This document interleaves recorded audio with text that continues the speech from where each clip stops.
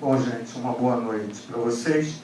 Hoje nós estamos aqui no auditório para discutir uma questão, que é a questão 35 do ENAD 2011. Essa questão é uma questão que trabalha, ou que tem o assunto tanto de jogos, né, como da matemática. Antes de nós lermos a questão, a gente quer dizer que com a educação matemática deu-se uma abertura para novas metodologias de ensino, inclusive nos parâmetros curriculares nacionais também apontando para essas metodologias. Então, por exemplo, resoluções de problemas, jogos matemáticos, a história da matemática na sala de aula, enfim, os laboratórios de informática, modelos matemáticos. Então, várias metodologias para que nós possamos melhorar o ensino da matemática. Entre elas, os jogos matemáticos, os jogos de matemática. Então, a questão, ela está fazendo abordagem sobre o jogo. O jogo é uma metodologia onde os alunos interagem entre si, onde os alunos fazem questionamentos, criam esquemas de ação para aqueles jogos, abstrai, faz abstrações. Quer dizer, por que abstração? São esquemas mentais que ele necessita fazer para jogar, faz conjecturas, socializa, enfim, várias propriedades interessantes, né, que são envolvidas nos jogos matemáticos, que desenvolve aquele ser como um ser social. Então, vamos fazer essa leitura. Na perspectiva da matemática, de uma forma geral, o jogo é objeto de estudo no campo das probabilidades. Então, ele está dizendo que o jogo, quer dizer, tem, vamos dizer assim, uma aplicação no campo das probabilidades, que é verdadeiro. Enquanto, na perspectiva da pedagogia, é analisado como possibilidade de produção de aprendizagem. Então, a pedagogia aponta, olha, podemos melhorar nossa aprendizagem com os jogos.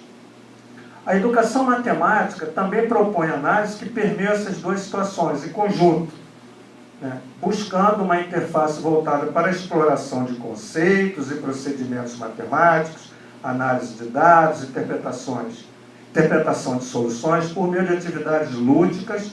O jogo é isso, são atividades, né, lúdicas, do brincar, desse gosto pela brincadeira, enfim, que haja ludicidade,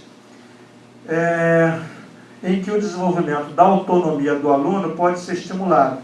Então, no jogo, o aluno é autônomo, ele faz as suas reflexões, suas conjecturas, né, cria esquemas mentais, abstrai e desenvolve, né, esse campo que é o campo do estímulo, da autonomia, né, que pode ser estimulado.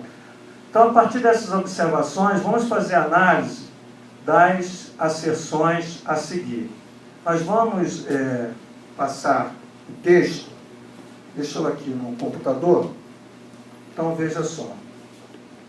Ele coloca ali, a interface mencionada no texto é possível, pois tanto a matemática quanto o jogo se realizam no campo da materialidade. Vamos verificar o seguinte, o que é isso? Campo da materialidade. É um campo que não é abstrato, é um campo que trabalha somente com o real. Isso não é verdadeiro, porque a matemática ela é abstrata. Toda aquela ciência que exige raciocínios mentais, que exigem esquemas mentais, ela é uma ciência abstrata. Então, por exemplo, quando a gente fala de números e uma criança ela tem que relacionar, tá, uma quantidade por exemplo, 3 objetos com o numeral 3, isso é abstrato. Não há nenhuma relação simbólica do 3 com aquela quantidade, no sentido que é um símbolo. O 3 é um símbolo, é um algarismo que foi construído pelos hindus. Então, você tem que abstrair isso, porque aquele símbolo representa 3 objetos. É interessante, por exemplo, quando você está trabalhando com crianças, nas séries iniciais, e você pergunta para ela, 45 é maior que 22? E ela olha para o 4 de 45, que é a dezena, e olha para o 2, que é a dezena do outro número, por exemplo, 45 e 25, vamos supor, 45 e 25, onde ela diz, esse 4 é maior que o 2. Mas ela cria um raciocínio mental, onde aquele 4 está representando dezena, 40, e aquele 2 está representando 2 dezenas, 4 dezenas, 2 dezenas. Então é preciso que ela crie esquemas na mente, certo? Para responder. Isso é abstração. É diferente de eu perguntar para vocês qual é o nome dessa peça aqui que eu estou segurando. Então vocês vão dizer, é um microfone. Então isso é um conhecimento social. Em nenhum momento você precisou fazer relações mentais para responder que isso é um microfone. O jogo, ele também se realiza num campo abstrato. A gente pode estar falando de um jogo de um modo geral, por exemplo, o jogo de cartas, o jogo de buraco. Quando você está jogando buraco e ou o seu adversário ou o seu parceiro, ele começa a pegar cartas, você começa a fazer conjecturas de algumas jogadas que poderão ocorrer mais à frente. Então, isso é abstração. Assim como, por exemplo, no jogo do xadrez, você pode estar fazendo uma jogada, abstraindo uma determinada jogada que seu adversário poderá estar fazendo também lá na frente. Então, o jogo, ele é abstrato. Quando eu falo jogo, é o jogo de uma forma geral. Mas o jogo matemático também é abstrato. Então, esse item 1 não é um item verdadeiro.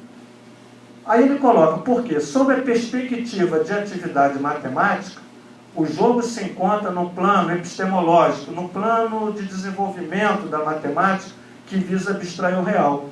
Então, o jogo, ele se encontra num plano de desenvolvimento da matemática que vai abstrair o real. O jogo abstrai o real, proporcionando um espaço em que o aluno pode, de forma criativa, testar, validar e socializar seus esquemas de ação. Esses esquemas que ele coloca de ação são esquemas mentais, são esquemas abstratos da mente, criado numa relação mental. Então, esse item que nós lemos agora, é um item verdadeiro. Vamos agora observar o seguinte. Vejam. Observem agora, acerca dessas asserções, assinale a resposta correta. As duas asserções são proposições verdadeiras, e a segunda, a justificativa correta da primeira, nós já vimos que a primeira asserção não é verdadeira. Então não pode ser o item A. As duas asserções são proposições verdadeiras, no item B. Não é real, porque a gente já viu que a primeira proposição não é verdadeira. A primeira asserção é a proposição verdadeira, a segunda é a proposição falsa. O contrário, né? Nós vimos que a primeira é falsa e a segunda que era verdadeira. No item D, a primeira asserção é uma proposição falsa. É verdade isso, né? A primeira asserção é uma proposição falsa. E a segunda, uma proposição verdadeira. Então, o item D é o item que está se encaixando. Vamos ver o item A. Tanto a primeira como a segunda asserções são proposições falsas. Não. Então, temos como resposta desta questão a letra D. Obrigado, gente.